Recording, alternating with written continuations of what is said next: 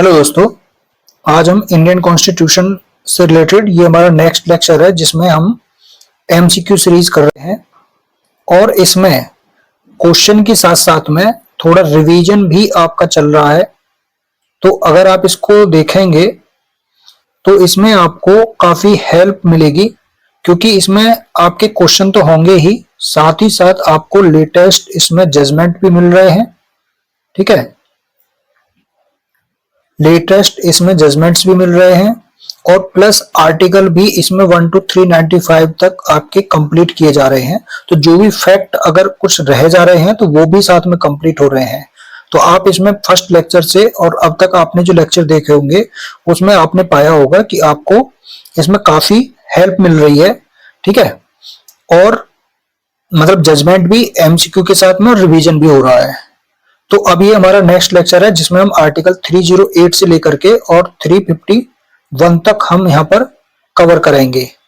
ठीक है, तो चलते हैं। नेक्स्ट है आपका संघ और राज्य के अधीन सेवाएं और इनसे संबंधित जो पार्ट हैं। ठीक है, अन्य जो पार्ट हैं जो 308 आर्टिकल से लेकर के स्टार्ट हैं और यहाँ पर जो आता है वो आता है पार्ट आपका 14, पार्ट 14 जो कि 308 आर्टिकल से लेकर 323 आर्टिकल तक है जिसमें संघ और राज्य के अधीन सेवाओं से संबंधित बात की गई है। और ये जो पार्ट है ना, ये जो भाग है ये दो उसमें डिवाइड है। यहाँ पर एक तो है जो 308 से लेकर के 314 तक है जिसमें सर्विसेज के बारे में बात की गई है, सेवाओं के बारे में, और दूसरा है जो 315 आर्टिकल से लेकर के 323 आर्टिकल तक है। ठीक है, और यहाँ पर मतलब लोक सेवा आयोग से संबंधित जो बातें हैं उनके बारे में बात की गई है। तो ये दो चैप्टर में यहाँ पर डिवाइड है। ठीक है, तो अब स्टार्ट करते हैं यहाँ से। भारतीय संविधान का भाग 14 है, ये किससे संबंधित है? तो ये है आपका जो संघ और राज्य के अधीन सेवाएं हैं उनसे। नेक्स्ट है क्वेश्चन, भारतीय संविधान का आर्टिकल 310 यानी 310 वो किस को दर्शाता है इसमें? तो वो है आपका डॉक्ट्रिन ऑफ प्लेजर यानी प्रसाद पर्यंत का सिद्धांत। ठीक है, 310 जो प्रसाद पर्यंत के सिद्धांत को बताता है, डॉक्ट्रिन ऑफ प्लेजर को, इसमें यह है कि संविधान के द्वारा, संविधान के अंतर्गत में जो राष्ट्रपति होता है तो संघ, राष्ट्रपति के अंतर्गत जो होता है वो संघ की सेवाओं के जो सदस्य होते हैं वो राष्ट्रपति के अंतर्गत में कार्य करते हैं।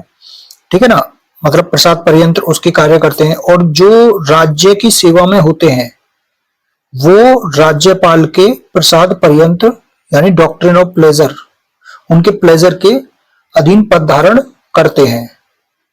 तो ये आपका डॉक्ट्रिन ऑफ प्लेजर हो गया। ठीक है, 310 आर्टिकल से रिलेटेड है ये डॉक्ट्रिन ऑफ प्लेजर का सिद्धांत जो है। ठीक, अब यहां पर जो 309 है, 308 तो आर्टिकल आपका इंटरप्रिटेशन के बारे में बात करता है। ठीक है, कि यहाँ पर राज्य के अंतर्गत में जम्मू कश्मीर भी राज्य जो वो नहीं आता है। तो इसका मतलब कोई है नहीं कि जम्मू कश्मीर अब 2019 के बाद से ये प्रोविजन में जम्मू कश्मीर वाला प्रोविजन यहाँ पर नहीं है। तो ये इंटरप्रिटेशन होगा। 309 मतलब यहाँ पर जो आर्टिकल है वो जो भारतीय मतलब जो मेंबर है संघ और राज्य की सेवा में जो कार्य करने वाले व्यक्ति है उनकी भारतीय और वहां पर सेवा शर्तों के बारे में बात करता है। ठीक है,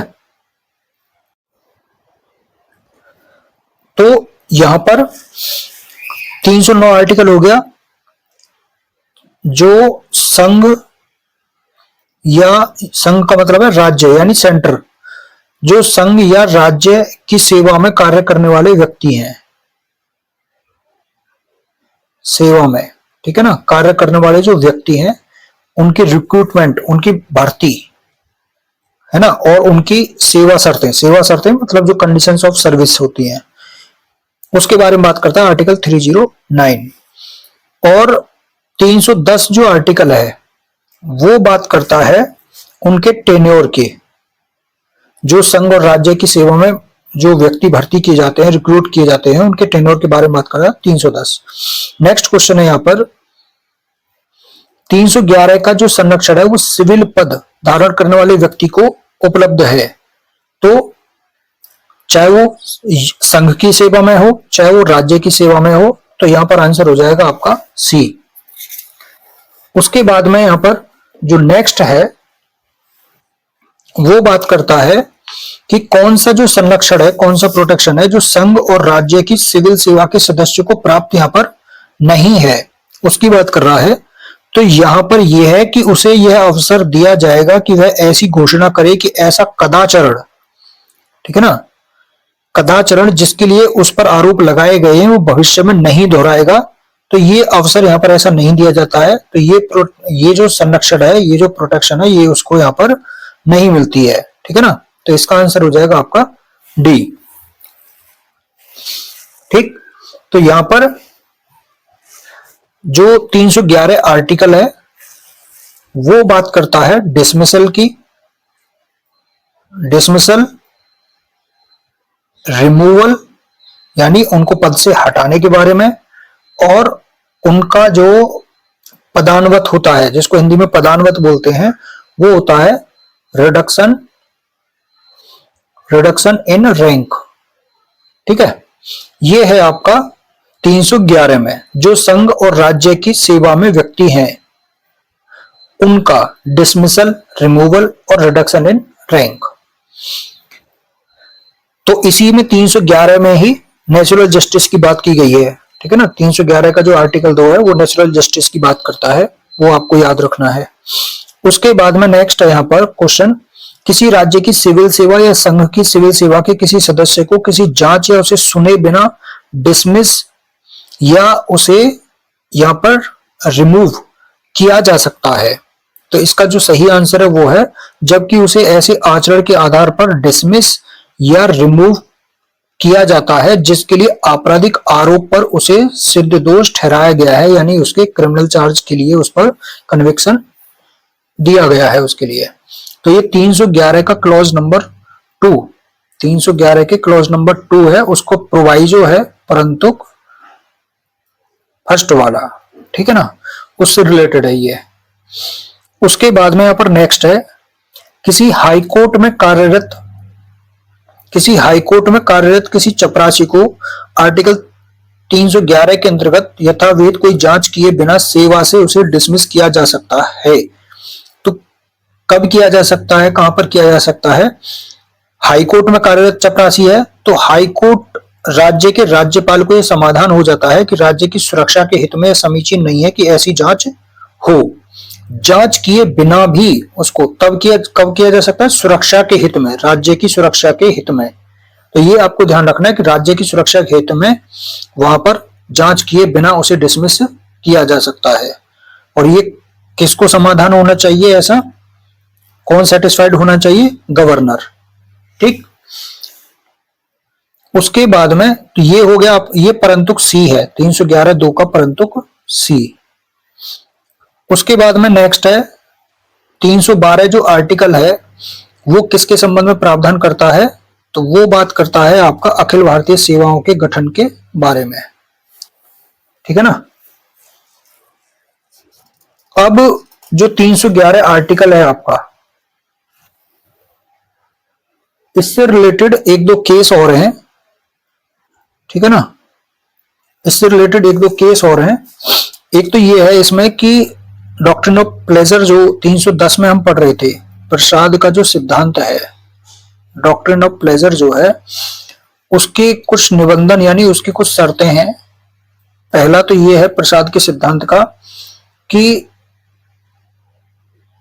जो राज्यपाल के या राष्ट्रपति के प्रसाद पर्यंत पद धारण करते हैं व्यक्ति, उन्हें 311 में जो प्रोसेस बताई गई है, प्रक्रिया बताई गई है, उस प्रक्रिया के अनुसार जो सिद्धांत है उसी का प्रयोग करते हुए उन्हें हटाया जा सकता है पद से। ठीक, दूसरा इसमें प्रसाद के सिद्धांत पे जो प्रतिबंध है या निर्बंधन जो है, इसमें ये निर्बंधन की बात की गई है, रेस्ट्रिक्शंस। तो दूसरा यहाँ पर ये है कि ये कुछ ऐसे अधिकारी हैं जिन पर ये प्रसाद का सिद्धांत यहाँ पर लागू नहीं होता है, ठीक है ना। किन पर ये लागू नहीं होता है प्रसाद का सिद्धांत? तो जैसे सुप्रीम कोर्ट के और हाई कोर्ट के यहाँ पर जजेस हो गए हैं, ठीक है ना, उन पर लागू नहीं होता है। जो controller and auditor general of India है, कैग है, उन पर लागू नहीं होता है। मुख्य चुनाव आयुक्त हैं, उन पर लागू नहीं होता है।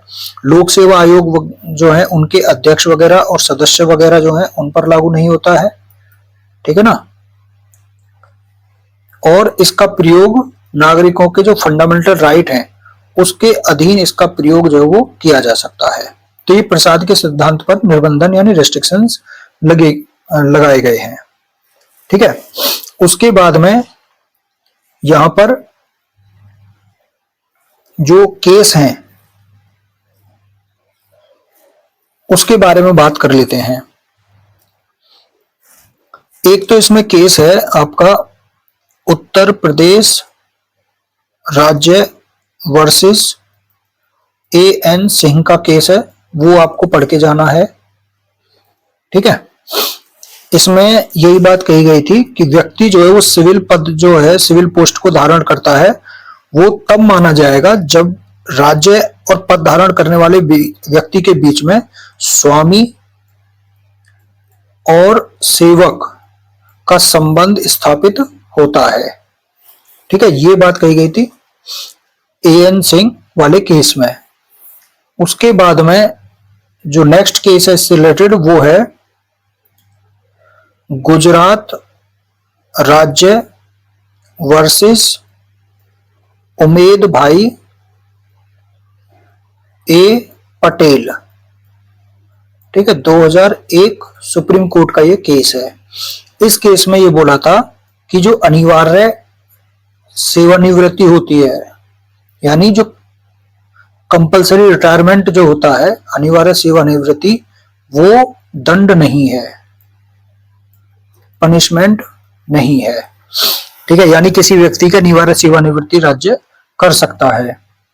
उसके बाद में जो नेक्स्ट है इससे रिलेटेड केस वो है यहां पर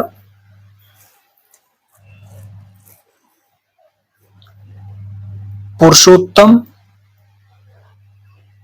लाल धिंगरा, ठीक है। महत्वपूर्ण केस है ये, Purushottam Lal Dhingra versus Union of India 1958 Supreme Court. Purushottam Lal Dhingra versus Union of India 1958 Supreme Court का ये केस है। इस केस में ये बोला था कि एक होता है टेम्पररी एम्प्लॉय होता है, अस्थायी और स्थायी, इनके बीच में कोई अंतर नहीं होता है, ठीक है ना। 310 मतलब इन दोनों के बीच में कोई अंतर नहीं करता है। इसी तरह 311 जो आर्टिकल है वो हमारे दृष्टिकोण में कोई अंतर इसमें नहीं करता है, ठीक है, जिसमें दोनों इसमें इसके संरक्षण के लिए हैं कर्मचारियों के, ठीक है। और इसके विपरीत जो भी निर्णय है उनका हम सही के रूप में समर्थन नहीं कर सकते। मतलब इसमें यही बोला था कि मतलब चाहे वो अस्थायी है चाहे वो स्थायी है, दोनों का ही जो है राज्य क्या कर सकता है, उनको डिसमिस या उनको सेवानिवृत्त कर सकता है, ठीक है। उसके बाद में जो नेक्स्ट है इसमें इंपॉर्टेंट केस है वो है union of India versus Tulsiram Patel. Tulsiram Patel, ठीक है। एक ये केस है 1985 सुप्रीम कोर्ट का। इस केस में सुप्रीम कोर्ट ने कहा था कि जो लेजिस्लेशन है, लेजिस्लेशन मतलब जो विधायन है, विधायन हो या विधायन मतलब जो है लेजिस्लेशन हो या जो भी संवैधानिक प्रावधान है, कॉन्स्टिट्यूशनल प्रावधान है, जैसे आर्टिकल 311 क्लॉज 2 है, क्लॉज 2 का परंतुक इसके द्वारा या फिर संवैधानिक प्रावधान के द्वारा, जैसे 311(2) के परंतुक है, इसके द्वारा क्या किया जा सकता है, प्राकृतिक न्याय के सिद्धांत को छोड़ा जा सकता है। नेचुरल जस्टिस है, जो डॉक्ट्रिन ऑफ नेचुरल जस्टिस है, उसको त्यागा जा सकता है। डॉक्ट्रिन ऑफ नेचुरल जस्टिस को त्यागा जा सकता है, छोड़ा जा सकता है, ठीक है ना, क्योंकि वो कंडीशन है जहां पर इस तरह का कंडीशन है कि वहां उसको सुनवाई का अवसर नहीं दिया जा सकता है ना। या उससे कम रैंक के अधिकारी के द्वारा उसको डिसमिस नहीं किया जा सकता। तो कुछ इस तरह की चीजें हैं। उसके बाद में 311 से रिलेटेड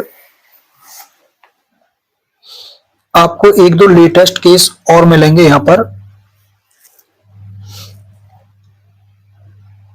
झारखंड राज्य वर्सेस रुकमा केश मिश्रा 2025 सुप्रीम कोर्ट।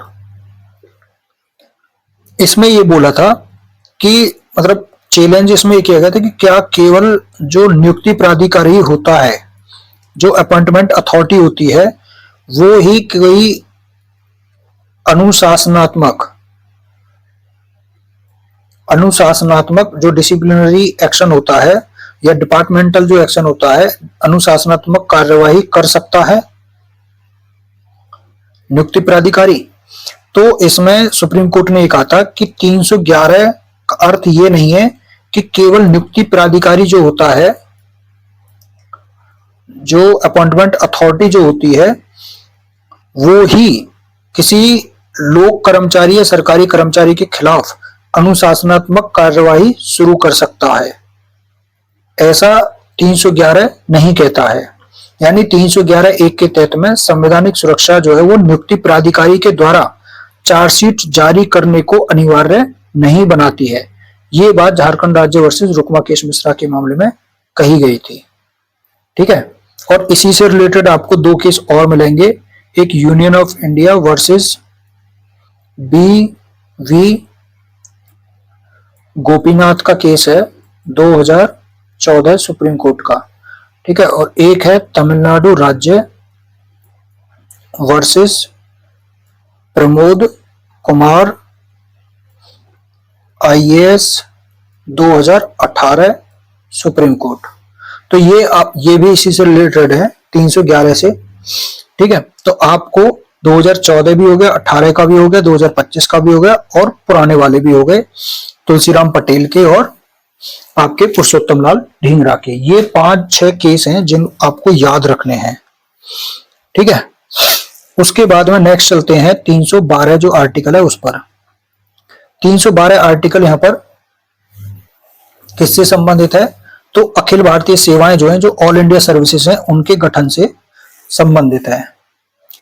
और ये जो 312 आर्टिकल है और 249, ये दो आर्टिकल ऐसे हैं जहां पर स्पेशली राज्यसभा की लोकसभा से जो पावर है उनमें अंतर किया जाता है। और ये जो पावर है ये केवल राज्यसभा के पास है। एक जहां राज्य सूची के विषय पर राष्ट्रीय हित में कानून बनाने की जो शक्ति है वो राज्यसभा के पास में है, और यहाँ 312 जो अखिल भारतीय सेवाएं हैं, ऑल इंडिया सर्विसेज, इनके संबंध में यहाँ पर इनके गठन के लिए भी राज्यसभा के पास में शक्ति है। ठीक है, उसके बाद में नेक्स्ट है यहाँ पर अखिल भारतीय सेवाओं का जो सृजन है वो किया जा सकता है। तो ये अभी क्वेश्चन आया है। सृजन जो किया जा सकता है वो दोनों के द्वारा किया जा सकता है, लेकिन यहाँ पर जो प्रस्ताव आता है वो संकल्प जो घोषित किया जाता है वो राज्यसभा के द्वारा किया जाता है। जो वहां पर उपस्थित और मत देने वाले जो प्रेजेंट एंड वोटिंग करने वाले होते हैं वो 2/3 जो मेंबर होते हैं। ठीक है ना, 2/3 मेंबर जो होते हैं। उसके बाद में नेक्स्ट है अखिल भारतीय न्यायिक सेवा, जुडिशियल सर्विसेज का जो सृजन है वो किया जा सकता है। तो वो है आर्टिकल 312 के अंतर्गत संसद के विधायन के द्वारा। ठीक है, इसके बाद में नेक्स्ट क्वेश्चन है किसके पास में अखिल भारतीय सेवाओं का विस्तार करने की अनन्य शक्ति है? तो यहां पर ये आती है जो एक्सक्लूसिव पावर जो है वो राज्यसभा के पास में है। ठीक है ना। नेक्स्ट है यूपीएससी की संरचना को, तो यूपीएससी की संरचना को राष्ट्रपति के द्वारा निर्धारित किया जाता है। ठीक है, यानी अब यहां से ये बात आ गई 315 आर्टिकल की। ठीक है, तो 313 जो आर्टिकल है वो बात करता है ट्रांजिशनल प्रोविजन के संबंध में। तो इंपॉर्टेंट नहीं है वैसे यहां पर ये ट्रांजिशनल प्रोविजन के संबंध में, यानी जो संक्रमणकालीन उपबंध है उसके बारे में। और 314 यहाँ से रिपील्ड है। 315 आता है जो संघ और राज्यों के लिए पीएससी के बारे में यानी लोक सेवा आयोग के बारे में बात करता है। PSC for union and state. Next है, किस केस में सुप्रीम कोर्ट ने कहा है कि सरकारी कर्मचारियों को हड़ताल करने का अधिकार नहीं है, ना ही मूल अधिकार है, न कानूनी अधिकार है और न नैतिक अधिकार है। तो वो है टीके Rangarajan versus Tamil Nadu government, 2003 supreme Court का ये केस है। उसके बाद में नेक्स्ट है, लोक सेवा आयोग की स्थापना का जो प्रावधान है वो किस आर्टिकल में है, तो वो 315 आर्टिकल जो है उसमें है। ठीक है। 310 में टेन्योर की बात की गई है। 320 में यहाँ पर उसके एक्ट जो है लोक सेवा आयोग के उसके बारे में बात की गई है। 325 जो आर्टिकल है वो धर्म, मूलवंश, जाति या लिंग के आधार पर उनको डिस्क्वालीफाई न करने का प्रावधान यहाँ पर करता है। उसके बाद में जो नेक्स्ट है क्वेश्चन वो है, कौन सा आर्टिकल है जो लोक सेवा आयोग के सदस्यों की नियुक्ति से संबंधित है, तो यहाँ पर यह है आपका आर्टिकल 316 है।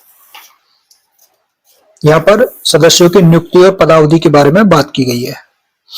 नेक्स्ट है, भारत में राज्य लोक सेवा आयोग के अध्यक्ष की नियुक्ति किसके द्वारा की जाती है, तो लोक सेवा आयोग के जो अध्यक्ष हैं उनकी नियुक्ति यहाँ पर राज्यपाल के द्वारा, राज्य लोक सेवा आयोग है ना, तो राज्य लोक सेवा आयोग है तो राज्य के राज्यपाल के द्वारा की जाती है।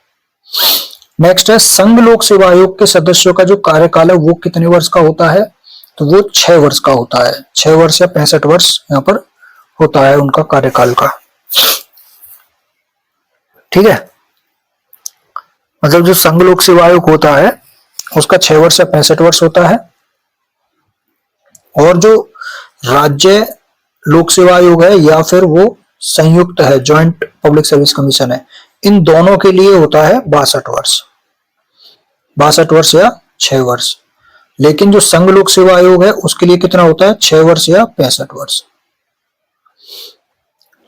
नेक्स्ट है, राज्य लोक सेवा आयोग के एक सदस्य को उसके विरुद्ध जांच के बाद दुर्व्यवहार के आधार पर हटाया जा सकता है, तो भारत के सुप्रीम कोर्ट के द्वारा राष्ट्रपति द्वारा संदर्भित किए जाने पर 317 आर्टिकल के अंतर्गत में। यानी यहाँ पर जो बात की गई है 317 आर्टिकल में वो रिमूव की बात की गई है, रिमूवल की, ठीक है ना, और उनके सस्पेंशन की बात की गई है। ठीक है ना।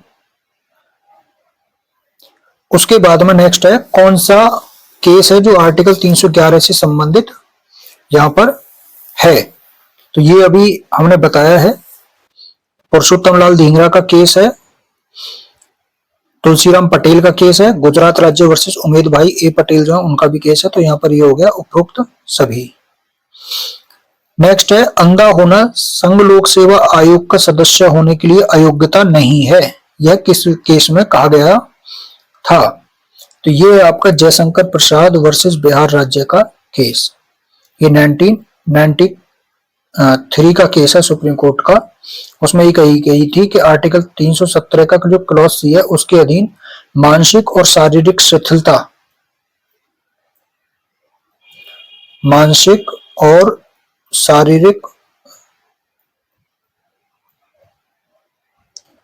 शिथिलता, यहाँ पर इसका मतलब जो है वो ऐसी इनकॉम्पिटेंसी यानी अक्षमता से है जो सदस्य को अपने कार्यों के प्रभावी रूप से करने के लिए अक्षम बनाती है, इनकॉम्पिटेंट बना देती है। अंधापन उसमें ऐसी अक्षमता इनकॉम्पिटेंसी, इनकॉम्पिटेंटिवनेस मतलब नहीं है। ठीक है ना।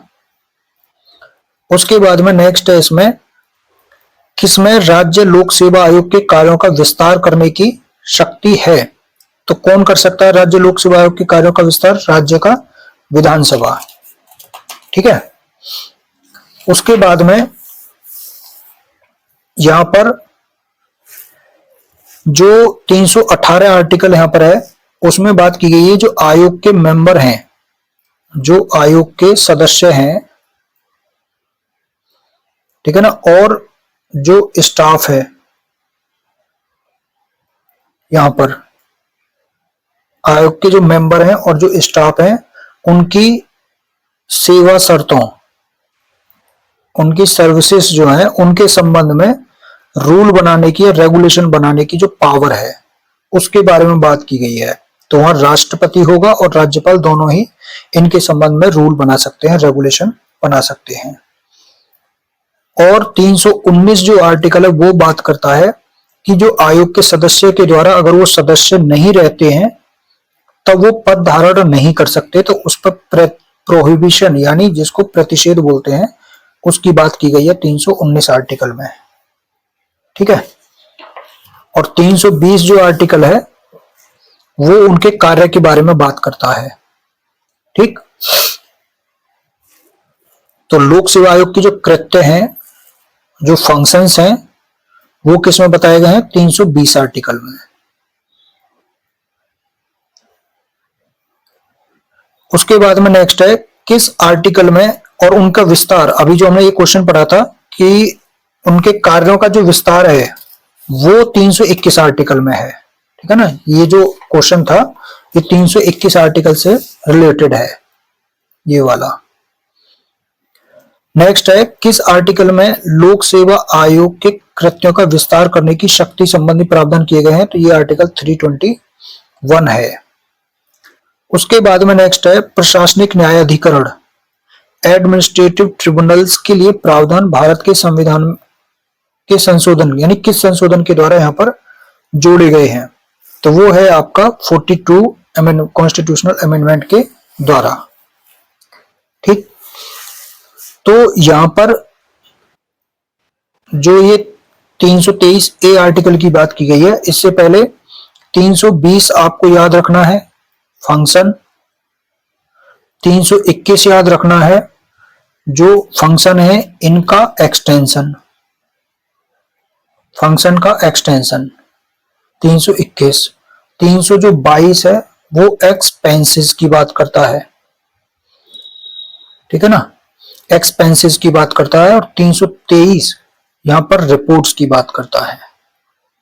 तो इस तरीके से आपको ये याद रखने हैं, ये इंपॉर्टेंट है आर्टिकल 320, 21, 22, 23। ये कभी भी मैचिंग में पूछ लिए जाते हैं। उसके बाद में नेक्स्ट जो आर्टिकल है यहां पर 323 ए को ये बता रहा है और ये है भाग 14 ए जो कि ट्रिब्यूनल के बारे में बात करता है। और ये पार्ट जोड़ा गया था जिसमें 323 ए और 323 बी आर्टिकल इसमें जोड़े गए थे 42वें संविधान संशोधन के द्वारा। ठीक है। नेक्स्ट है इसमें आर्टिकल 323 ए और 323 बी संविधान में किस संशोधन अधिनियम के द्वारा सम्मिलित किए गए? तो ये 42वें संविधान संशोधन अधिनियम 1976 के द्वारा जोड़े गए थे। नेक्स्ट है क्या प्रशासनिक अधिकरण के गठन के लिए उपयुक्त विधायिका द्वारा अनुच्छेद 323 ए के अंतर्गत शक्तियों का प्रयोग किया जा सकता है? तो यहां पर नहीं, यानी प्रशासनिक अधिकरण के गठन के लिए विधायिका द्वारा 323 ए का प्रयोग यहां पर नहीं किया जा सकता। ठीक है। यहां पर संसद को यह शक्ति है कि वो प्रशासनिक अधिकरण का गठन कर सकती है। ठीक है ना।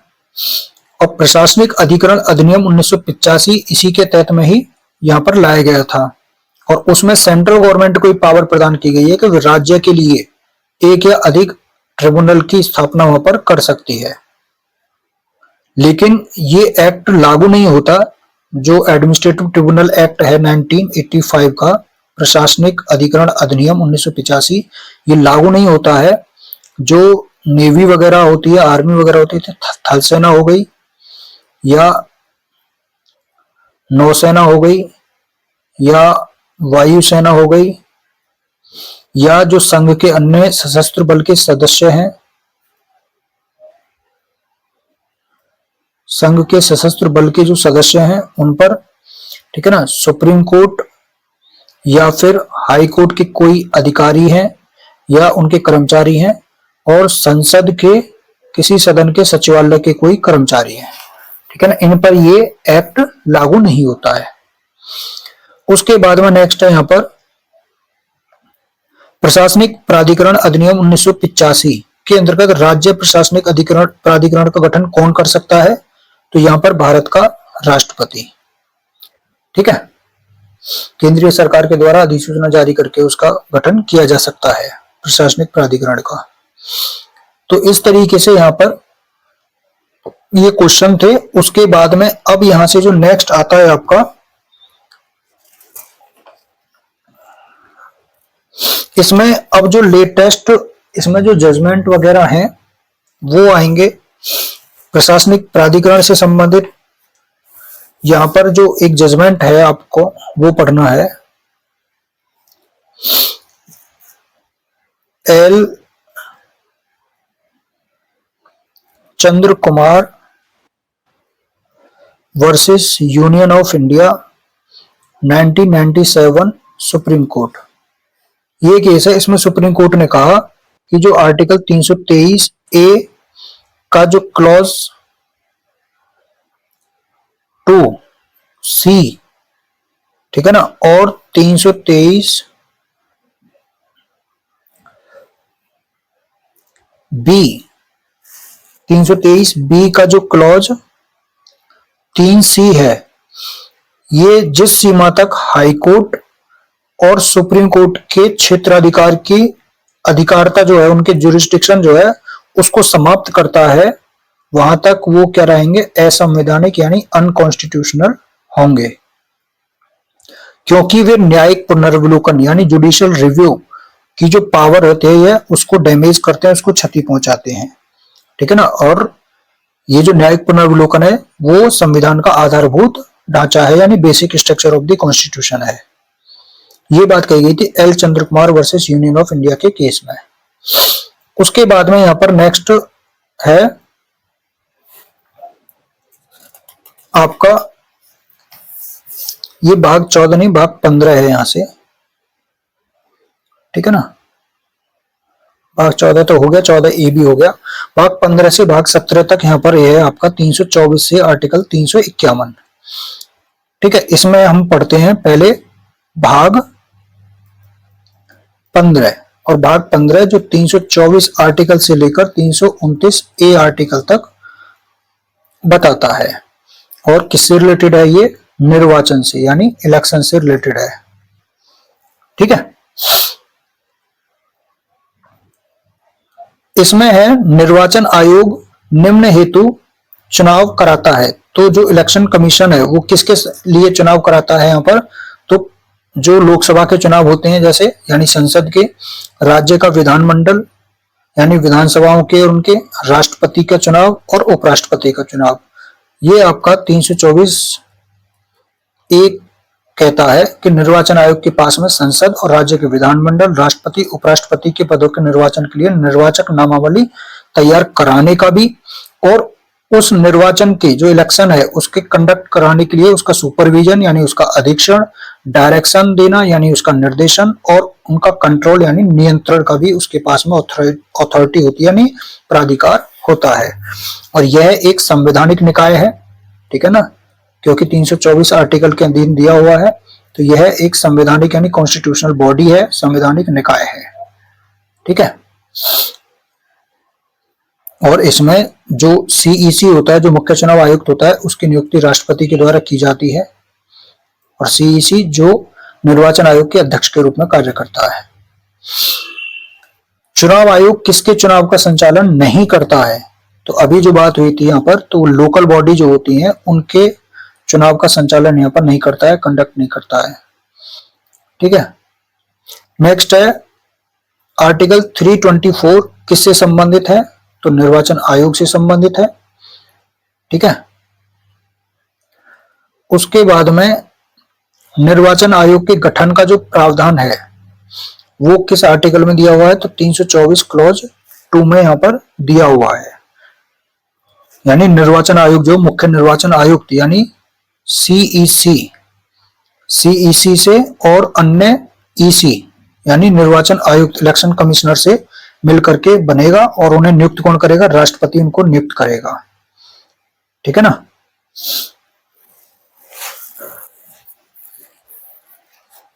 उसके बाद में नेक्स्ट यहां पर जो क्वेश्चन है वो है भारत के मुख्य चुनाव आयुक्त का कार्यकाल कितना होता है।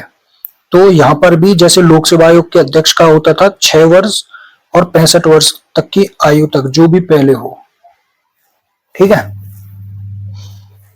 उसके बाद में यहां पर जो नेक्स्ट क्वेश्चन है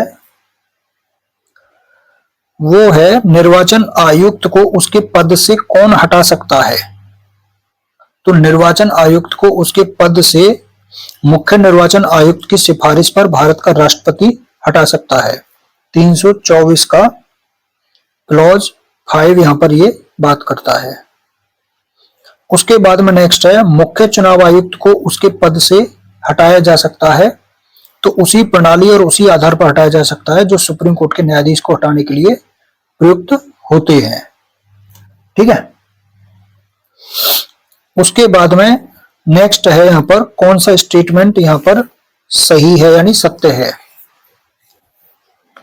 तो सत्य है ये बात कर रहा है यहां पर। तो ये कह रहा है कि अन्य निर्वाचन आयुक्त को बिना मुख्य निर्वाचन आयुक्त की संस्तुति के नहीं हटाया जा सकता। तो ये यहां पर सत्य है।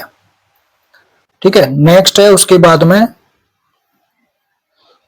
मताधिकार यानी राइट टू वोट है ना, जिसको हम बोलते हैं सफरेज, एडल्ट सफरेज, मताधिकार, वयस्क मताधिकार यानी सफरेज मताधिकार। तो मताधिकार क्या है? तो मताधिकार एक वैधानिक अधिकार है। ठीक है ना। और इसके संबंध में अनुकूल चंद्र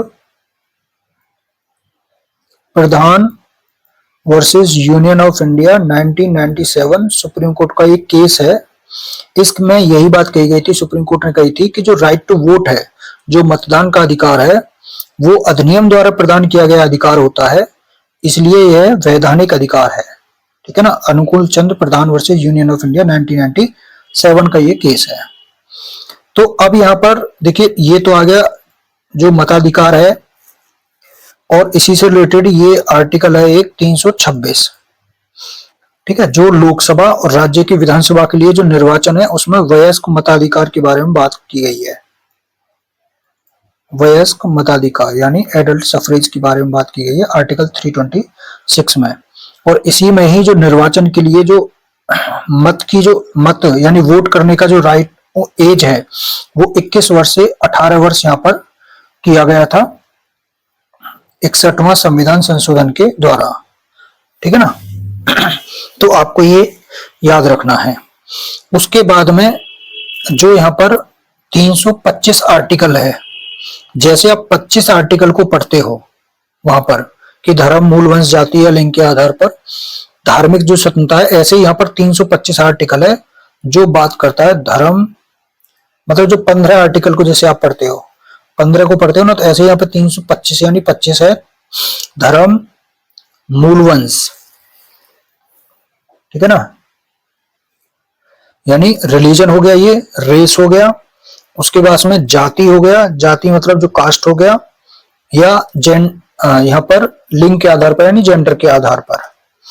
ठीक है ना। किसी व्यक्ति का निर्वाचक नामावली जो होती है,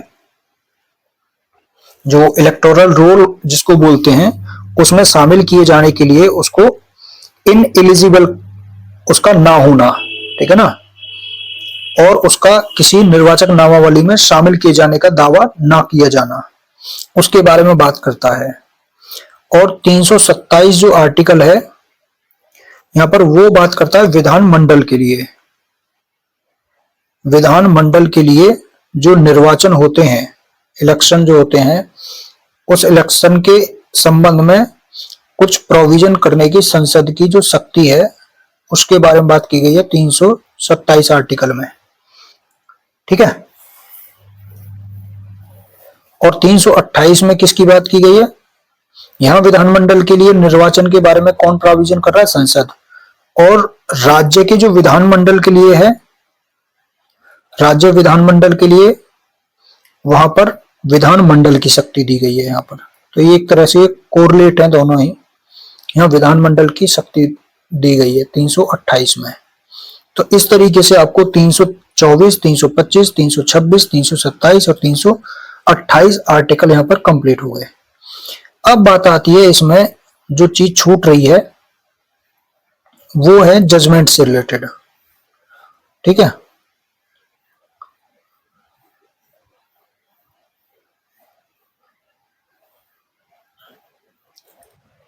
यहां पे देख लेते हैं।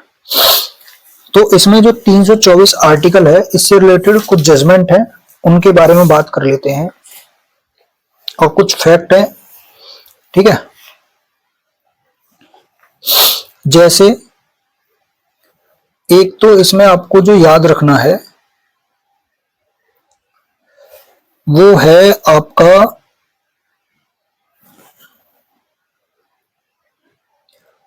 सुब्रमण्यम स्वामी वर्सेस भारत का निर्वाचन आयोग 2013 है, सुप्रीम कोर्ट। एक तो ये केस है, इसमें आपको इसको याद रखना है। इसमें ठीक है ना, इसमें क्या था, स्वतंत्र और निष्पक्ष चुनाव के लिए दिशा निर्देश जो है वो दिए गए थे। ठीक है, उसके बाद में दूसरा है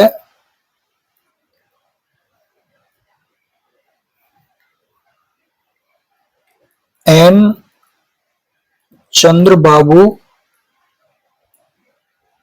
Naidu versus Union of India 2019 Supreme Court. एक ये केस है। इसमें N Chandrababu Naidu versus Union of India 2019 के केस में ये हुआ था कि जब ईवीएम को लेकर इसमें आपत्ति की गई थी, तो उसमें सुप्रीम कोर्ट ने क्या कहा था कि उस वहां पर 5 ईवीएम मशीन का वीवीपैट 5 ईवीएम मशीन का वीवीपैट से मिलान करके मतदान की शुद्धता का निर्धारण यहाँ पर किया जा सकता है। और वह जो मिलान है, ईवीएम जो है वो एक विधानसभा या एक संसदीय जो क्षेत्र होता है उसमें से उनको चुना जा सकता है। ठीक है ना, यानी वीवीपैट से ईवीएम का 100% मिलान संबंधी जो मांग थी उसको निरस्त इसमें कर दिया गया था।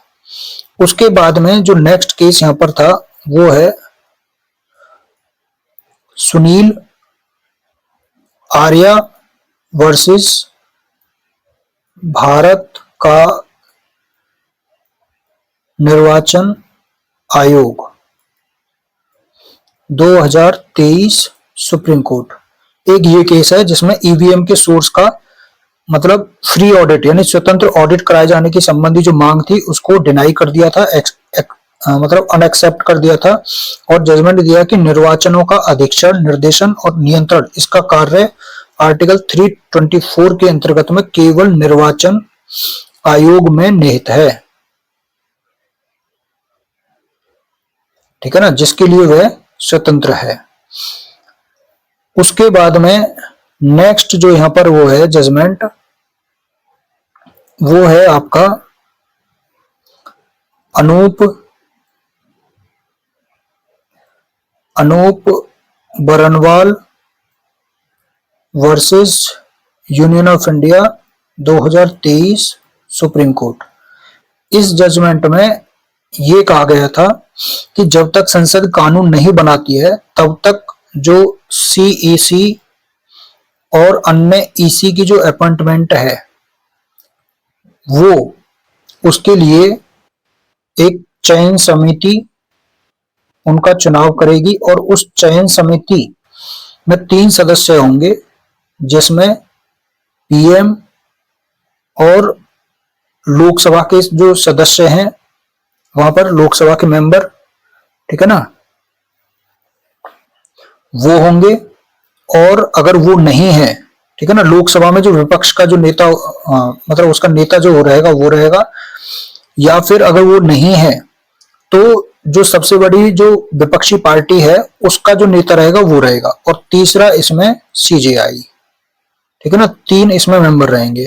तो यहाँ लोकसभा के एक नेता हो गए, ठीक है ना, और अगर वो नहीं है तो सबसे बड़ी जो विपक्षी पार्टी है उसके नेता होंगे, और फिर तीसरा सीजीआई। और यह क्या था, एक अस्थायी यानी टेम्पररी एक डायरेक्शन थी, अस्थायी निर्देश था कि जब तक संसद कानून नहीं बनाती है।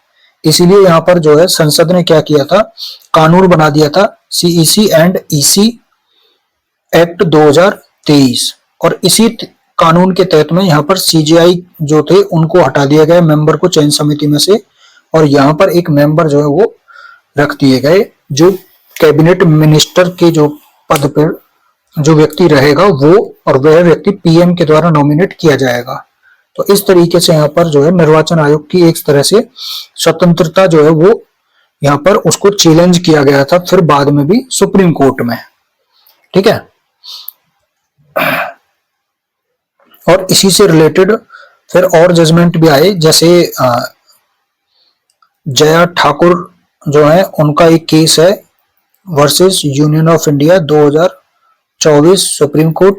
इसमें भी मतलब जो है उस 2023 की जो एक्ट की जो प्रक्रिया थी, अपॉइंटमेंट प्रोसेस थी, उसमें निर्वाचन आयोग की स्वतंत्रता और निष्पक्षता कमजोर करने के आधार पर उसको चैलेंज किया गया था उस एक्ट को। ठीक है ना, जो सीजीआई को उसमें से जो सिलेक्शन कमेटी है उसमें से हटाया गया था, उसको चैलेंज किया गया था और बोला गया था कि आर्टिकल 14 का जो है ये वायलेशन करती है और ये बेसिक स्ट्रक्चर जो आधारभूत ढांचे का नुकसान करती है। ठीक है, तो इस पे अभी फाइनल जजमेंट नहीं आया था, इसमें चैलेंज किया गया है। दूसरा इसमें जो है केस, इसमें एडीआर वर्सेस भारत का निर्वाचन आयोग है, भारत का निर्वाचन आयोग 2024 सुप्रीम कोर्ट। ठीक है, इसमें ईवीएम से वोटिंग कराने पर वोटर्स को वीवीपैट मशीन की सुविधा उपलब्ध कराने के लिए और उसे बैलेट बॉक्स में सुरक्षित रखने के लिए और ईवीएम के जो वोट हैं उनके साथ में वीवीपैट स्लिप की भी काउंटिंग करके मिलान करने के लिए निर्वाचन आयोग को निर्देश जारी किए गए थे। ठीक है ना, इसमें तो एक तरह से यहाँ पर इसमें भी स्वतंत्र और निष्पक्ष चुनाव कराने के लिए डायरेक्शन यहाँ पर दिए गए। तो ये जजमेंट है जो 324 आर्टिकल से रिलेटेड है। इसमें 5 जजमेंट इसमें हो गए हैं। ठीक है, तो इनको आपको याद रखना है। उसके बाद में अब चलते हैं नेक्स्ट क्वेश्चन की तरफ को। यहां पर नेक्स्ट है आपका संविधान का अनुच्छेद 329, ये किससे संबंधित है? तो 329 ना तो इससे संबंधित है, ना इससे ना इससे। ठीक है ना, तो ऑप्शन हो जाएगा आपका बी, यानी 329 जो आर्टिकल है यहां पर। अच्छा, अभी इसमें जो 324 है ना, इसमें 2-3 फैक्ट और रह गए हैं जो हम बात कर रहे थे अभी। 324 से रिलेटेड कुछ फैक्ट और रह गए हैं, जैसा एक 129वां जो विधेयक है, संशोधन विधेयक 2024, जो वन नेशन और वन इलेक्शन की बात करता है। ठीक है, अभी ये पारित नहीं हुआ है, तो लेकिन ये बिल आया था 129वां संशोधन विधेयक जो है। ठीक है ना। दूसरा इसमें आपको याद रखना है कि जो चुनाव सुधार है, इलेक्टोरल रिफॉर्म जो है, चुनाव सुधार से समिति जो है, कमेटी संबंधित है, वो है तारकुंडे समिति। ठीक है, ये आपको याद रखना है। दूसरा ये है कि जो प्रथम जो सीईसी थे वो कौन थे? सुकुमार सेन। ठीक है, 1950 से लेकर के 1958 तक, ये आपको यहां पर याद रखना है। और प्रेजेंट में जो सीईसी हैं वो कौन है? तो वो हैं ज्ञानेश कुमार। ठीक है, 26 में ये सीईसी है और ये फरवरी 2025 से यहां पर अपॉइंट किए गए थे। ठीक है, उसके बाद में एक चुनाव से संबंधित आपको जजमेंट और याद रखना है, जो जावेद वर्सेस हरियाणा का जजमेंट है 2003 का, हरियाणा राज्य 2003 सुप्रीम कोर्ट। ठीक है, इसमें वोटिंग की बात की गई थी कि यहाँ पर जो चुनाव का अधिकार है वो फंडामेंटल राइट यहाँ पर नहीं है। मतदाता जो है, उन मतदाताओं की मत देने की यानी वोट करने की जो मन स्थिति यानी वोटिंग बिहेवियर जिसको बोलते हैं, उसके अध्ययन, मतलब इसमें तो यही बात कही गई थी कि जो राइट टू वोट है वो फंडामेंटल राइट नहीं है। ठीक है ना। उसके बाद में एक और केस है यहां पर Dhanoa S S Dhanoa versus Union of India 1991 supreme court. ये भी इसी से रिलेटेड है, आर्टिकल 324 क्लॉज 2। इसके अधीन जो कमिश्नर हैं, इलेक्शन कमिश्नर जो हैं, उनकी जो अपॉइंटमेंट है, उनकी जो डिसमिस है, उसकी पावर जो है किसमें निहित है, इन्वेस्टेड करती है राष्ट्रपति में। ये बात इसमें कही गई थी कि राष्ट्रपति जितने चाहे उतने यहाँ पर ईसी यानी इलेक्शन कमिश्नर यहाँ पर अपॉइंट कर सकता है, और यदि जब कार्य समाप्त हो जाता है उनका, तो वह उनके पद को समाप्त भी कर सकता है। तो ये S S Dhanoa versus Union of India का केस है 1991 सुप्रीम कोर्ट का। ठीक है। उसके बाद में बात अगर आती है इलेक्शन कमीशन से रिलेटेड, तो यहाँ पर बात आती है कि जो ईवीएम है, उस ईवीएम का डिजाइन जो है वो 15 अक्टूबर 1980 को एम वी हनीफ इन्होंने तैयार किया था, और चुनाव में नोटा विकल्प का जो इस्तेमाल करने वाला जो पहला राज्य था, वो छत्तीसगढ़ पहला राज्य था नोटा विकल्प का इस्तेमाल करने वाला।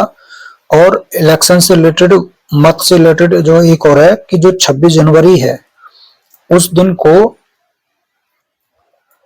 राष्ट्रीय मतदाता दिवस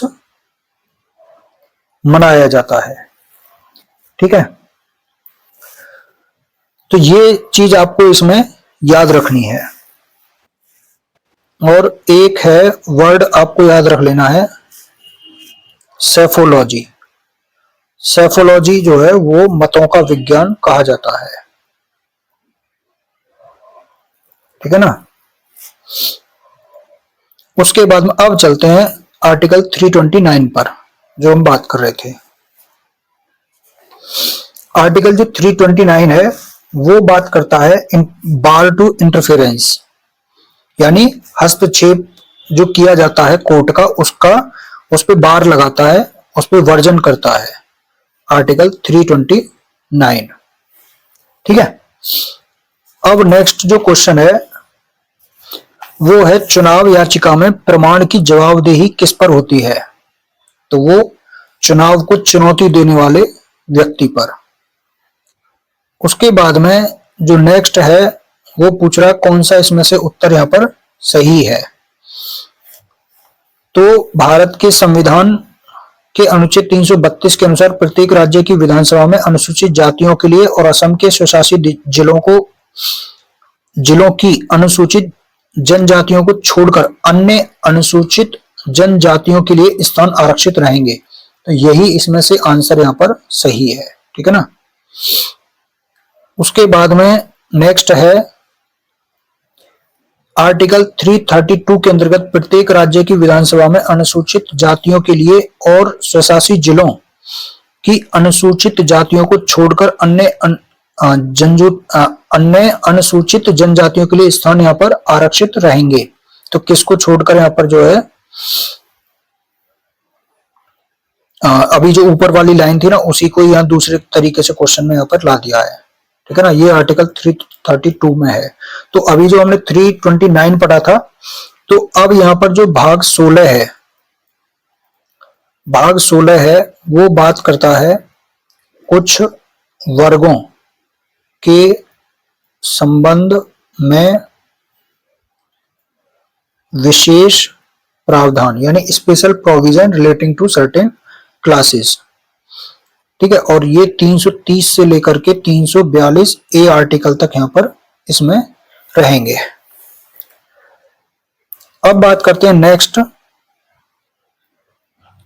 आंग्ल भारतीय समुदाय के कितने सदस्य राज्यपाल द्वारा राज्य की विधानसभा में नॉमिनेट किए जा सकते हैं।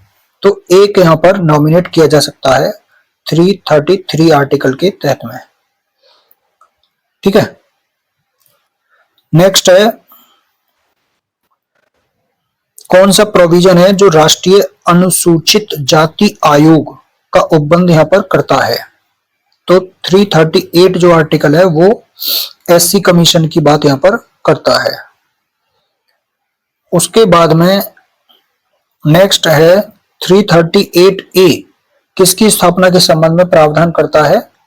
तो यहाँ पर एसटी के लिए जो कमीशन है, national commission for ST, national commission for ST, ठीक है ना, इसकी बात करता है। उसके बाद में नेक्स्ट है किसके अनुसार भारत के राष्ट्रपति के द्वारा भारत के राज्य क्षेत्र के भीतर सामाजिक और शैक्षणिक दृष्टि से पिछड़े वर्गों की दशाओं के और जिन कठिनाइयों को वे झेल रहे हैं उनके अन्वेषण के लिए और उन कठिनाइयों को दूर करने के और उनकी दशा को सुधारने के लिए भारत संघ के द्वारा जो उपाय किए जाने चाहिए उनके बारे में सिफारिश करने के लिए एक आयोग बनाया जा सकता है। तो वह आर्टिकल 340 के तहत में बनाया जा सकता है पिछड़े वर्गों की दशाओं के अन्वेषण के लिए, ठीक है। उसके बाद में नेक्स्ट है आर्टिकल 340 में निहित है, तो यहां पर पिछड़ा वर्ग आयोग।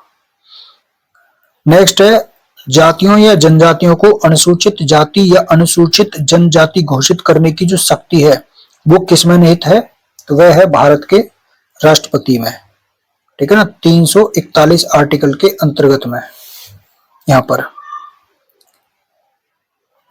उसके बाद में अब यहां से आता है नेक्स्ट प्रोविजन 343 के बारे में।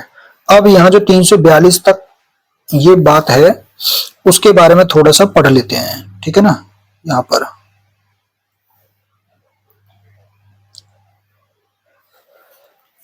अब देखो जो 330 आर्टिकल है उसको आपको कोरिलेट करते चलना है 330 को 332 से। 331 आर्टिकल को कोरिलेट करना है 333 से, ठीक है। 330 को 332 से, 331 को 333 से, ऐसे कोरिलेट आपको ये करना है। और 330 ए आर्टिकल को आपको कोरिलेट करना है 332 ए आर्टिकल से, ठीक। इस तरीके से आपको यहां पर ये कोरिलेट करने हैं। और जो 334 आर्टिकल है उससे रिलेटेड 334 ए आर्टिकल को कोरिलेट करना है। इतने तरीके से जो ये प्रोविजन है इनको पहले यहां पर कोरिलेट करना है। अब है क्या इन आर्टिकल में? जो 330 आर्टिकल है वो बात करता है जो लोकसभा है आपकी, जो हाउस ऑफ पीपल है, ठीक है, जो हाउस ऑफ पीपल है उसमें एससी और एसटी के लिए रिजर्वेशन की बात की जाती है 330 में। तो 332 में क्या है? 332 में जो राज्य की विधानसभा है उसके लिए, मतलब उसमें एससी एसटी के लिए जो रिजर्वेशन है उसकी बात की जाती है। यानी यहां पर बात करेंगे हम लेजिस्लेटिव असेंबली, लेजिस्लेटिव असेंबली में एससी एसटी के लिए रिजर्वेशन की। तो 330 से 332 ऐसे कोरिलेट हो गया। अब बात आती है 331 की। तो 331 क्या है? तो 331 जो आर्टिकल है वो बात करता है हाउस ऑफ पीपल यानी लोकसभा में जो एंग्लो इंडियन है, एंग्लो इंडियन जो है उसके रिप्रेजेंटेशन की बात की गई है कि लोकसभा में 2 से अधिक एंग्लो इंडियन जो है अपॉइंटमेंट, 2 अपॉइंटमेंट किए जा सकते हैं, 2 से अधिक अपॉइंटमेंट नहीं किए जा सकते हैं, ठीक है। अभी इसके संबंध में प्रोविजन अभी आएंगे कि ये प्रोविजन खत्म कर दिया गया है, ठीक है ना। तो 331 बात करता है हाउस ऑफ पीपल में एंग्लो इंडियन की बात, और 331 में राज्य की विधानसभा में यहां पर एक एंग्लो इंडियन यहां पर अपॉइंटमेंट किया जा सकता है राज्यपाल के द्वारा। तो ये कोरिलेट हो गए इस तरीके से। अब बात आती है 323 ए आर्टिकल की कि ये क्या है। तो ये जो आर्टिकल है 323 ये 106 जो संविधान संशोधन अधिनियम है उसके द्वारा यहाँ पर जोड़ा गया है। तो 106 के द्वारा जो आर्टिकल यहाँ पर जोड़े गए हैं उसमें 3 आर्टिकल हैं, 330 ए, 332 ए, फिर 334 ए और 239 ए। ये आर्टिकल यहाँ पर 4 जोड़े गए 106वें संविधान संशोधन अधिनियम के द्वारा। 330 ए बात करता है हाउस ऑफ पीपल में लोकसभा में महिलाओं के लिए 1/3 आरक्षण, 33% जो रिजर्वेशन है उसके बारे में, ठीक है। और वो भी रिजर्वेशन किसका होगा? एससी एसटी से संबंधित जो महिलाएं हैं उनके लिए और अन्य के लिए भी, ठीक है ना। उसके बाद में 330 के बाद 332 ए बात करता है राज्य की विधानसभाओं में जो महिलाओं के लिए आरक्षण है, और ये जो आरक्षण है ना वो रहेगा 15 वर्ष तक के लिए। ठीक है, अब ये बात बताई गई है 334 ए आर्टिकल में। ठीक है, तो ये आपको जो है इतने आर्टिकल आपको यहां पर ये याद रखने हैं, 334 ए, 332 ए, 330 ए और 239 ए जो दिल्ली के संबंध में बात करता है, वहां पर मतलब जो केंद्र शासित प्रदेश है उनके लिए वहां पर। अब बात आती है यहां पर 333 हो गया, 31, 32, 33, 32 ए भी हो गया, 333 भी हो गया। अब बात आती है आर्टिकल 334 की, 334 और 334 ए। 334 ए जो नया जोड़ा गया है 106वें संविधान संशोधन अधिनियम के द्वारा 2023 में। ठीक है, यहां पर 334 बात करता है जो रिजर्वेशन है और जो रिप्रेजेंटेशन है, रिजर्वेशन और रिप्रेजेंटेशन, इनके टाइम के बारे में बात करता है, इनके सर्टेन पीरियड के बारे में बात करता है, इनकी समयावधि के बारे में बात करता है कि कब तक ये रहेगा। तो ये बात करता है कि जैसे जो SC ST का जो रिजर्वेशन है 330 और 332 में जो हम पढ़ते हैं उसके संबंध में वो बढ़ा के कर दिया गया है अब 80 वर्ष, यानी 10 वर्ष उसको आगे और बढ़ा दिया गया है। और ये जो 10 वर्ष पहले यहां पर कितना था 70 वर्ष, और ये 70 वर्ष खत्म हो रहा था 2020 में। ठीक है, 25 जनवरी 2020 को ये खत्म हो रहा था। अब ये 10 वर्ष और बढ़ा दिया गया, तो अब इसकी अवधि हो गई 2030। तो यहाँ 70 की जगह पे यहाँ क्या हो गया 80 वर्ष हो गया अब ये। लेकिन जो यहाँ पर एंग्लो इंडियन था कि उसका भी 70 वर्ष ही था एंग्लो इंडियन का, तो यहाँ पर इसकी अवधि को बढ़ाया नहीं गया है। तो इसका मतलब ये क्या हो गया, ये यहाँ पर 70 वर्ष ही रहेगा, यानी अब आगे इसके लिए नॉमिनेशन नहीं होगा एंग्लो इंडियन के लिए। ठीक है, तो ये आपका यहाँ पर कौन से संविधान संशोधन के द्वारा किया गया है, ये यहाँ पर रिजर्वेशन 104वां जो संविधान संशोधन है उसके द्वारा यहाँ पर किया गया है। और 104वां संविधान संशोधन जो है वो आपका 126वां बिल है, विधेयक है। ठीक है ना, तो ये आपको समझ में आ गया होगा। उसके बाद में यहां पर जो 334 ए आर्टिकल है, 334 जो ए आर्टिकल है वो बात करता है आपकी महिलाओं के लिए जो टाइम पीरियड है वो कितना रहेगा, जो रिजर्वेशन है इनका। तो उसमें भी ये बताया गया है कि ये 15 वर्ष तक की अवधि के बाद में ये प्रभावी नहीं रहेगा, यानी 15 वर्ष तक रहेगा। ठीक, तो ये आपके प्रोविजन हो गए इससे रिलेटेड। और ये कौन सा विधेयक हो जाएगा 128वां। ठीक है ना, यानी 106वां जो संविधान संशोधन अधिनियम है वो 128वां बिल है। ठीक, और 128 के बाद में जो 129वां बिल है, विधेयक है 2024 का, वो कौन सा हो गया, वन नेशन वन इलेक्शन, जो अभी पारित नहीं हुआ है, यानी एक्ट के रूप में अभी नहीं आया है ना। और जो 130वां संविधान संशोधन विधेयक है, बिल है, ये 2025 का है, ये पारित हो चुका है। ठीक है, मतलब बिल आ चुका है, एक्ट अभी नहीं बना है। तो इसमें भी जो मंत्रियों को हटाना है गंभीर आपराधिक मामलों में, वो 30 दिन से अधिक अगर हिरासत में रहते हैं तो उनका मंत्री पद जो समाप्त कर दिया जाएगा, जिसमें पीएम भी शामिल हैं। और जो 131वां बिल है, संशोधन बिल अमेंडमेंट, जो कॉन्स्टिट्यूशन अमेंडमेंट बिल है 131वां 2025 का, वो बात करता है जो चंडीगढ़ है उसके प्रशासन के बारे में, कि उसको आर्टिकल 240 के अधीन उसको लाने के संबंध में बात करता है। यानी एक तरह से केंद्र के द्वारा चंडीगढ़ पर डायरेक्ट वहां पर एडमिनिस्ट्रेशन करना। ठीक है, ये भी अभी पारित नहीं हुआ है। तो 131वां बिल 2025 तक का ये आपके हो गए। अब चलते हैं हम नेक्स्ट 20वां क्वेश्चन। ठीक है, हिंदी की देवनागरी लिपि 20वां क्वेश्चन है यहां पर। तो वो भारतीय संघ की राजभाषा है 343 आर्टिकल के अकॉर्डिंग। नेक्स्ट है कौन सा आर्टिकल देवनागरी लिपि में हिंदी को संघ की आधिकारिक भाषा यहाँ पर बनाता है, तो 343 क्लॉज 1 जो है यहाँ पर बनाता है। देखो बहुत टिपिकल है, 1 2 3 3 क्लॉज यहाँ पर दे रखे हैं।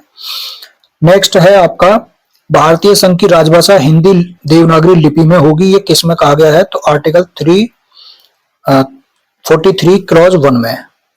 उसके बाद में नेक्स्ट है आपका कौन सी एक संघ की भाषा है, तो वो देवनागरी लिपि में जो हिंदी है वो, ठीक है।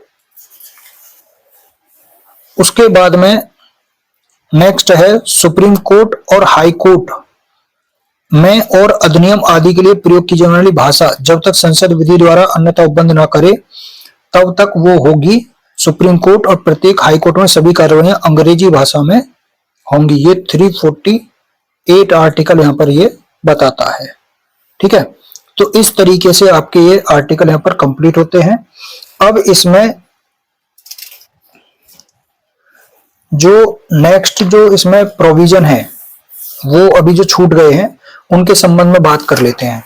हमने 334 ए तक तो बात कर ली थी, ठीक है। 335 जो आर्टिकल है इसको आपको पढ़ना है, ठीक है ना। यहां पर बात की गई है सेवाओं, ये आर्टिकल 16 के साथ में आपको यहां पर पढ़ना चाहिए।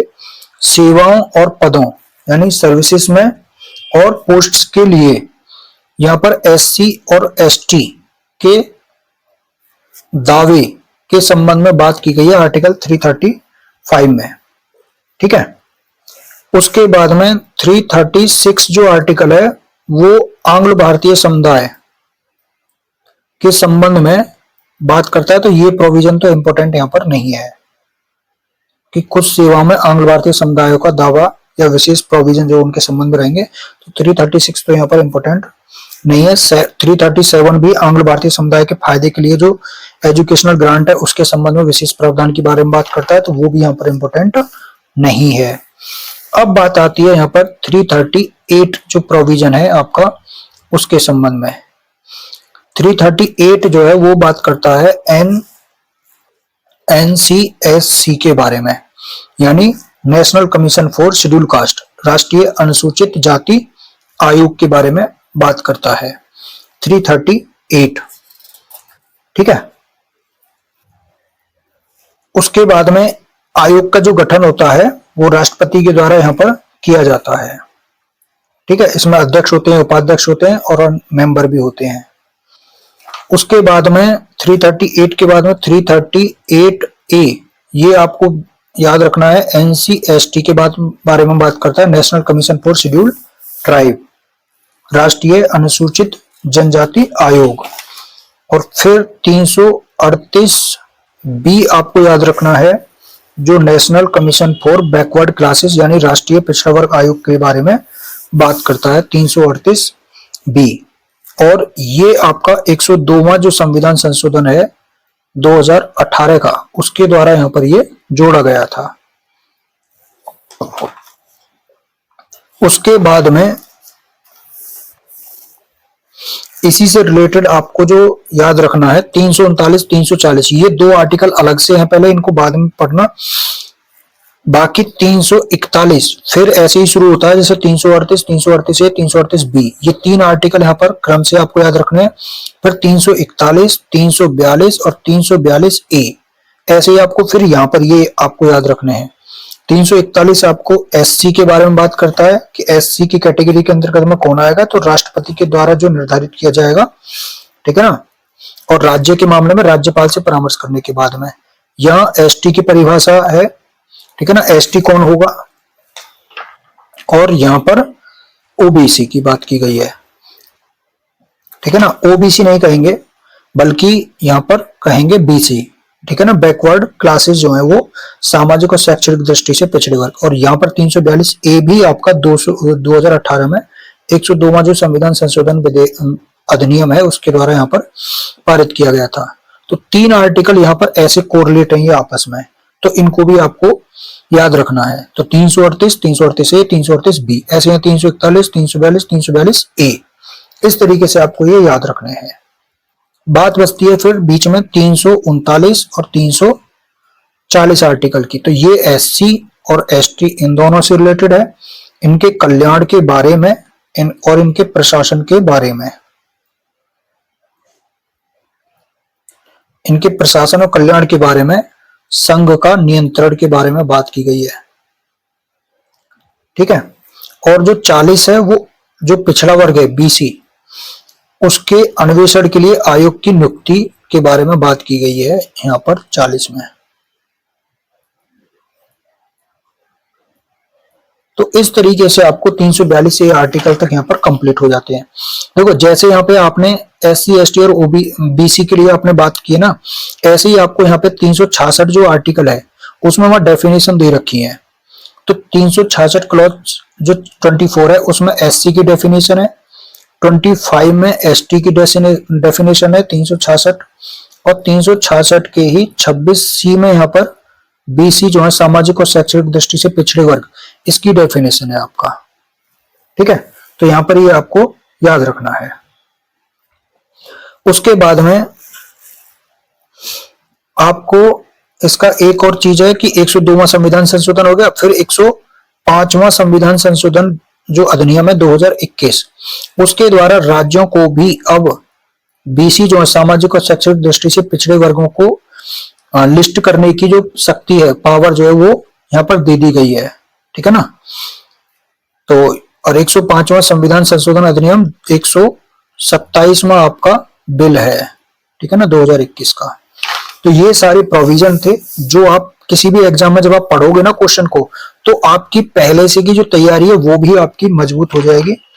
ठीक है। यूपी एपीओ के लिए, बिहार एपीओ के लिए और अदर जुडिशरी एग्जाम और एपीओ एग्जाम के लिए। अब जो यहाँ पर चीज रह गई थी कि जो भाषा है उससे संबंधित यहाँ पर भाग 17 है जो 343 से 351 तक के बारे में प्रावधान करता है, और ये बात करता है ऑफिशियल जो ऑफिशियल लैंग्वेज जो है यानी राजभाषा। राजभाषा को क्या कहते हैं? Official language. ठीक है। और 343 से 351 तक है। और राजभाषा से संबंधित यहाँ पर 17 जो भाग है वो किसका है? आपका राजभाषा से। तो 17 में 1 + 7 आप जोड़ेंगे तो 8 बन जाता है। और 8वीं जो अनुसूची है, 8वीं जो अनुसूची है वो आपकी भाषा के बारे में बात करती है, जिसमें मूल भाषाएं आपकी, मूल संविधान में भाषाएं आपकी 8 थी। ठीक है। फिर आपको 21, 71 और 92, इन दोनों को आप जोड़ेंगे तो आपका 92 ही आता है। तो 21 के द्वारा एक भाषा यहाँ पर जोड़ी गई थी, 71 के द्वारा 3 भाषाएं जोड़ी गई थी और 92 के द्वारा 4 भाषा। अब इन दोनों को आपको जोड़ेंगे, 3 और 1 4। ठीक है। तो यहां पर आपको इस तरीके से आपको ये याद रखना है। 21वां संविधान संशोधन 1966 का है, 71वां संविधान संशोधन 1992 का है और 92वां संविधान संशोधन 2003 का है। ठीक है। तो ये हो गया। अब इसके द्वारा जो एक भाषा है यहां पर वो सिंधी है। 3 जो यहां पर थी उसका आप जो याद कर सकते हो, देखो कॉम ट्रिक बनाना है आपको। तो यहां से आप याद रख सकते हो कि कौन मड़ी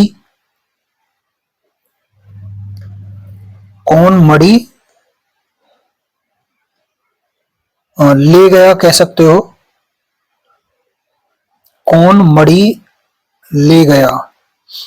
तो कौन से यहां पर कौन जो है इसका मतलब हो गया कोंकणी, मड़ी से हो गया मणिपुरी। ठीक है ना। और ने से हो गया यहां पर नेपाली। इस तरीके से आपको ये 3 भाषा यहां पर याद रखनी है। अब 2003 के द्वारा 92वें संविधान संशोधन के द्वारा यहाँ पर 4 भाषाएं जोड़ी गई थी।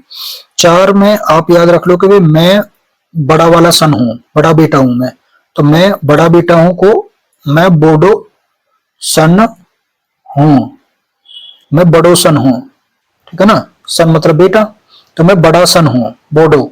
बोडो भाई बंगाली भाषा में अगर इसको ऐसे बोलते हैं तो बोडो ही बोलते हैं। ठीक है ना। बोडो ही शायद बोलेंगे, मतलब मैं कंफर्म नहीं हूं, बोडो ही इस तरह से बोल सकते हैं। तो बोडो का मतलब इसमें हो गया मैं का मतलब हो गया मैथिली, मैं का मतलब हो गया मैथिली, बोडो में बो का मतलब हो गया बोडो, और डो का मतलब हो गया डोगरी, ठीक है ना, और सन का मतलब हो गया संथाली, ठीक है ना। तो 4 भाषाएं ये इस तरीके से हो गई, ठीक है। अब इसमें और आपको जो चीजें याद रखनी है वो क्या है, एक तो है जय Shri Lakshmi Rao Patil versus Union of India 2021 supreme court, ठीक है। ये आपका मराठा रिजर्वेशन केस है, ये आपका छूट गया था जो 342 ए और उनसे रिलेटेड जो केस था ना, 102वां जो संविधान संशोधन अधिनियम है उससे रिलेटेड है, ये आपको याद रखना है, भूल गए थे, ठीक। अब बात आती है थोड़ा सा जो है इस पे चल रहे थे हम भाषा पे, तो वो है आपका मुंशी आयंगर फार्मूला।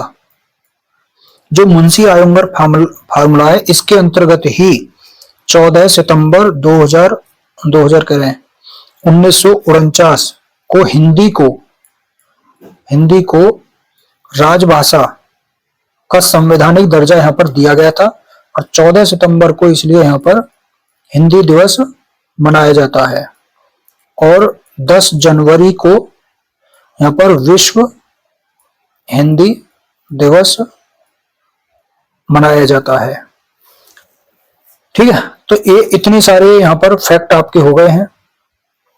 343 आपका आर्टिकल हो गया यहां पर जो संघ की राजभाषा है उसके संबंध में, ठीक है। 344 यहां पर आर्टिकल हो गया राजभाषा के संबंध में, राजभाषा के संबंध में आयोग और संसद इनकी समिति के बारे में बात की गई है, कमेटी के बारे में, ठीक है। तो वो कमेटी या आयोग जो है गठित किया जाएगा राजभाषा आयोग, तो राजभाषा आयोग का जो गठन है वो 344 आर्टिकल के अंतर्गत में किया जाता है, और इसमें जो समिति गठित की जाती है राजभाषा आयोग और राजभाषा समिति जो गठित की जाती है, इस समिति में 30 सदस्य जो हैं इसमें होते हैं, और इसमें से 20 आपके लोकसभा के होते हैं और 10 इसमें राज्यसभा के सदस्य होते हैं, ठीक है। उसके बाद में 345 जो आर्टिकल है वो बात करता है राज्य की, यानी ऑफिशियल लैंग्वेज या लैंग्वेज ऑफ स्टेट। तो जो राज्य की राजभाषा है वो बात की गई है आपकी 343 में संघ की, और 345 में राज्य की राजभाषा के बारे में, ऑफिशियल लैंग्वेज के बारे में बात की गई है। और 346 में क्या होता है, एक दूसरे से जो संवाद होते हैं लेटर्स, है ना, यानी लेटर्स नहीं कहेंगे बल्कि कम्युनिकेशन कहेंगे, कम्युनिकेशन एक स्टेट और दूसरे स्टेट के बीच में, ठीक है ना। कम्युनिकेशन जो है एक स्टेट से दूसरे स्टेट के बीच में जो पत्र वगैरह आदि के द्वारा जो कम्युनिकेशन होता है उसके बारे में बात की गई है। और उसके बाद में 347 तो इंपॉर्टेंट नहीं है, फिर 348 यहां पर हो ही गया आपका सुप्रीम कोर्ट और हाई कोर्ट की यहाँ पे जो प्रयोग की जाने वाली भाषा है उसके बारे में 348 है, और जो 349 यहाँ पर आर्टिकल है वो इंपॉर्टेंट नहीं है यहाँ पर, ठीक है ना। फिर 350 भी यहाँ पर इंपॉर्टेंट नहीं है, लेकिन 350 ए यहाँ पर इंपॉर्टेंट है, जो प्राइमरी इस लेवल पर यानी प्राथमिक स्तर पर मदर लैंग्वेज यानी मातृभाषा, मदर टंग जिसको बोलते हैं, मातृभाषा में शिक्षा की जो फैसिलिटी है, शिक्षा की जो सुविधाएं हैं उसके संबंध में बात करता है 350 ए आर्टिकल। और 350 बी भी यहां पर इंपॉर्टेंट है, जो अल्पसंख्यक भाषाई अल्पसंख्यक जो लिंग्विस्टिक माइनॉरिटी हैं, भाषाई अल्पसंख्यक वर्गों के लिए यहाँ पर स्पेशल ऑफिसर यहाँ पर अपॉइंटमेंट करने की बात की गई है, जो राष्ट्रपति यहाँ पर अपॉइंटमेंट करता है। और 351 जो आर्टिकल है वो बात करता है आपका हिंदी भाषा के विकास के लिए निर्देश के संबंध में। हिंदी भाषा के विकास के लिए निर्देश, यानी जो डायरेक्शन है for development of the Hindi language, 351 article इसके संबंध में प्रावधान करता है। तो इस तरीके से ये आपके 351 आर्टिकल तक यहाँ पर कंप्लीट होता है। तो नेक्स्ट लेक्चर में हम लेके आएंगे अब 352 आर्टिकल से पूरा कंप्लीट 395 आर्टिकल तक। ठीक है, तो अब ये वीडियो कैसा लगा आपको वो कमेंट करके बताना। ठीक है, तो आज के लिए इतना ही। Thank you so much.